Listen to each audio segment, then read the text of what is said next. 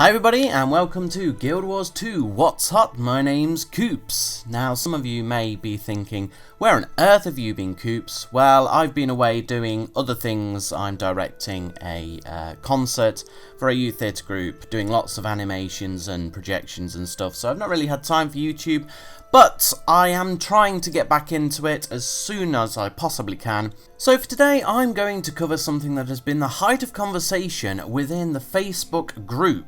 And it's about these doors that we find around Ebonhawk. What are these gates and where do they lead and so on and so forth. Well, I've done a little bit of research, as I do because I'm a bit of a lore whore, as we all know.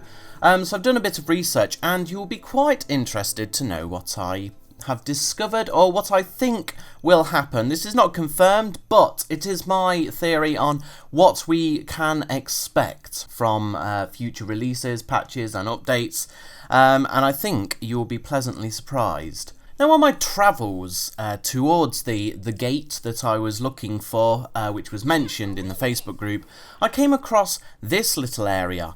And there is this little girl there that you can speak to, and she says as follows. Hey, a char came through this gap and headed to the farm. Then it went all wavy and disappeared like a ghost. Nobody believes me, but I saw it. And you respond with, strange, did you hear anything? Did the char say anything? To which she replies, no, it just ran by. You couldn't hear the footsteps even. I only felt the breeze, then gone. Now, of all the char that we know of, that sort of has this sort of power, would be Ritlock. Okay, so Ritlock, I think, came through here, and this little girl saw Ritlock. He went all wavy and disappeared. So it would stand to reason we know that Ritlock went into the Underworld, did he not?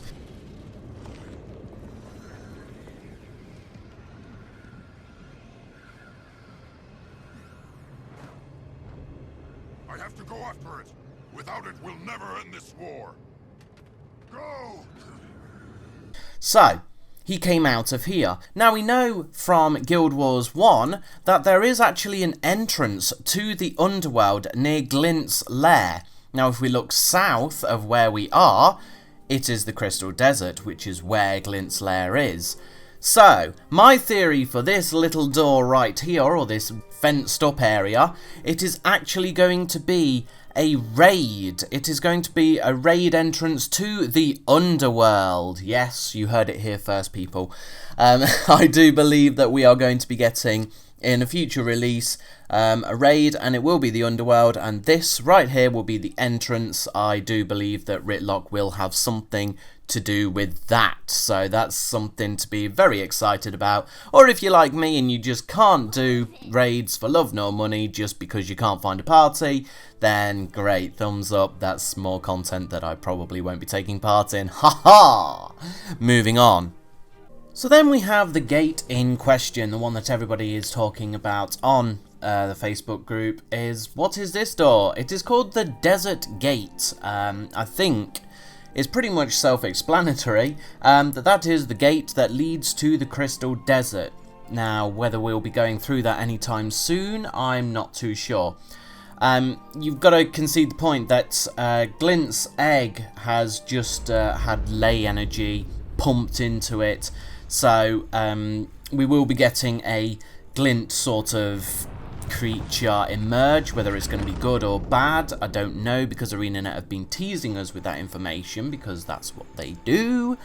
Will it be good? Will it be bad? No one knows, but one thing we do know for sure is that it is a form of Glint. Now, Glint is actually a minion of Kralkatorrik. The original Glint was a good dragon who liked humans, who helped humans, and had the power to foresee the future, and in the original games it was the Flameseeker prophecies. So Glint was good, but Glint actually died along with Snaff. when Destiny's Edge actually went to fight Kralkatorrik in the first place, when he left this big ass scar across the land and eventually landed right about where Glint's lair was in Guild Wars 1. So I can imagine that that's going to be where his little lair is. That's where we will find Kralkatorrik. It stands to reason that the next Elder Dragon that we will be fighting is going to be Kralkatorrik. That's just my thoughts. Maybe ArenaNet are, you know, dangling the worm, as it were, or carrot, or whatever food you want to dangle. It stands to reason that it would be Kralkatorrik, but they may be teasing us and going, it's going to be No, it's not. We're going to take that away from you. It's not actually going to be Kralkatorrik. It's going to be Primordus, just pour example. But it's my assumption that it will be Kralkatorrik. Whether we're going to be able to go through this gate during the living story, I don't know. I'm personally leaning towards that it's going to be an expansion that will be released, much like Heart of Thorns. That we will get this expansion, we'll have to pay a stupid amount of money for it, and then we will be able to enter the Crystal Desert, where we will get maybe new profession, maybe a new race. We'll definitely get new masteries. That's a given.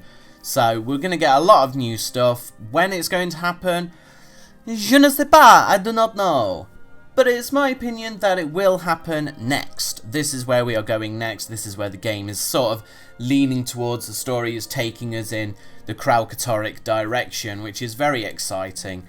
There are other doors around Tyria that I could go into, one of which being the Tengu Gate, which you can find in Lion's Arch and surrounding areas. It's my belief that this is the Dominion of Winds, but I may be wrong. And that is it from me for today, guys. Thank you very much for watching, and I do apologise for not posting more videos more frequently.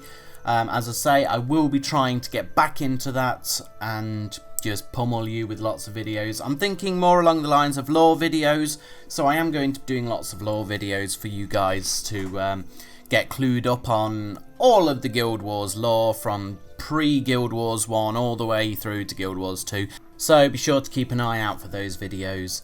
I was also thinking of relaunching Challenge Coops as opposed to What's Hot, just purely because What's Hot is based on Guild Wars 2 news, and that is quite few and far between at the moment, especially with having 3-month gaps before, you know, any sort of substantial patch or update to the game. So I'm going to leave that to Wooden Potatoes. Yes, I said his name. So be sure to keep an eye out for any Challenge Coops videos. I'll be picking that back up and hopefully making you guys trollolol at my noobishness.